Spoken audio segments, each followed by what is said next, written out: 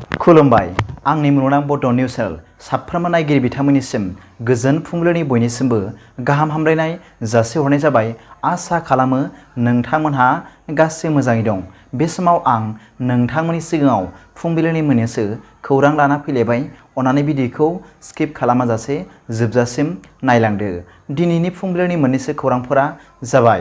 गिबि रादाबाव दं BTRआव rural stadium लुनो साखाफारा। उदालगुरि जिल्लानि दिमाकुसियाव BTRनि गेलेमु बिफाननि मावफुं सोद्रोमा दावबायसा बर'आ खौरांगिरिफोरनि सिगाङाव फोरमायदों दि जोंनि जायगायाव जोंहा इनडुर स्टेडियाम गैया, बेखायनो जोंहा बिरसिलागांनि मुङाव BTRनि 40था समस्तियावबो गंफा गंफा 5 कौटि रांनि स्टेडियाम लुनो नागिरदों।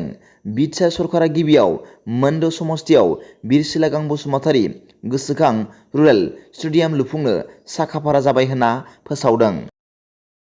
नैथि रादाबाव दं मैया आसामनि बिश्वनाथ जिल्लायाव सासे सुबुंनि गोथै देहा मोननो हादों। मिथिनो मोननाय बादिब्ला बिश्वनाथ जिल्लानि गलिया दैमायाव बे गोथै देहाखौ मोननो हादों। बे गोथै देहाखौ बला बरा 60 बोसोर बैसोनि होनना सिनायनो हादों। बिथाङा बिश्वनाथनि बामगावनि थागिबि। पुलिस हानजाया बे जाथायनि सायाव संदानगासिनो दं होनना मिथिनो मोननाय जादों।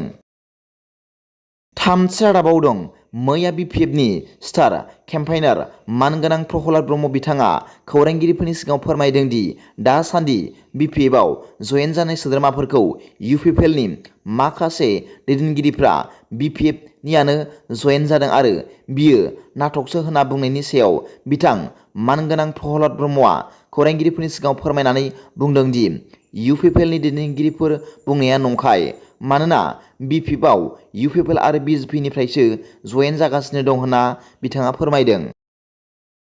ब्रैथि रादाबाव दं बर' सावथुननि मुंदांखा फेस्ला फावखुंगुरनि खाफाला गेवबाय, मानोना बिथां फैला बरग'यारि एबा जोंस्रांआ एबारनि 2024 मायथाइयाव जानो गोनां ल'कसभानि MP इलेक्शनाव बाहागो लासिगोन। मिथिनो मोननाय बादिब्ला बिथाङा फैगौ 2024 मायथाइनि ल'कसभा इलेक्शनाव बादायनो थाखाय मैया टिकेट मोनबाय। बाथि रादाबाव दं क'क्राझार जिल्ला एबसुनि 55थि थान्दै जख'न्थाइया फैगौ बोसोर 2024नि 12, 13 आरो 14 जानुवारियाव खुंफुंजागोन। क'क्राझार जिल्ला दुलाराय बर' फरायसा आफादनि 55थि थान्दै जख'न्थाइखौ फैगौ बोसोर 2024 इं मायथाइनि 12 आरो 13 आरो 14 जानुवारि अक्ट'खालि सानथामनि हाबाफारिजों जिल्लानि सिङाव थानाय जलेस्वरी गोजौ फरायसालिनि गेलेग्रा फोथाराव खुंफुंनो थाखाय थि खालामनाय जाबाय। क'क्राझार जिल्ला दुलाराय बर' फरायसा आफाद आरो कसुगाव दख्रा दुलाराय बर' फरायसा आफादनि जुथायै लिंथुमनायाव मैया जलेस्वरी दालाइसा दुलाराय बर' फरायसा आफादनि गाहाय मावख'आव क'क्राझार जिल्ला दुलाराय बर' फरायसा आफादनि खुंगा 55थि थान्दै जख'न्थाइनि मोनसे गोख्रों बानजाय आफाद दाफुंनानै लानाय जायो होनना मिथिनो मोननाय जादों। बे बानजाय आफादनि मासिगिरि महरै कसुगाव बियाबनि मावफुं सोद्रोमा उखिल मोसाहारि आरो लिंथुमगिरि महरै दिपक मोसाहारि बिथांमोन बिबान होयो। लेङाइ मासिगिरि आरो लेङाइ लिंथुमगिरिजों लोगोसे मोन 13 दालाइ आफादखौ दानानै लानो हायो।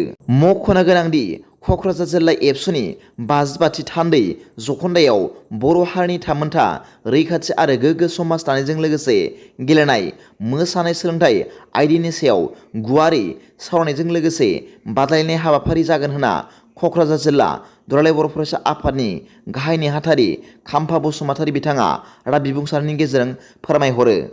दिनैनि फुंबिलिनि मोननैसो खौरांफोरा दा बेखिनिल'मोन। भिडिअखौ मोजां मोनदोंब्ला आंनि बे मुलुगनां बड' निउस चेनेलखौ अन्नानै साबस्क्राइब खालाम आरो बेल आइकनआवबो थुनानै ला, जाहाथे आं गोदान निउस आपडेट लानानै फैब्ला नोंथांनियाव सिगांग्रो नटिफिकेसन सौहैयो। दा बेलासिनि रादाबाव नोंथांमोनखौ आंनि बे चेनेलाव गासैखौबो बरायहरनाय जाबाय। गोजोन्थों। एसेनोसै। जै बर' हारिनि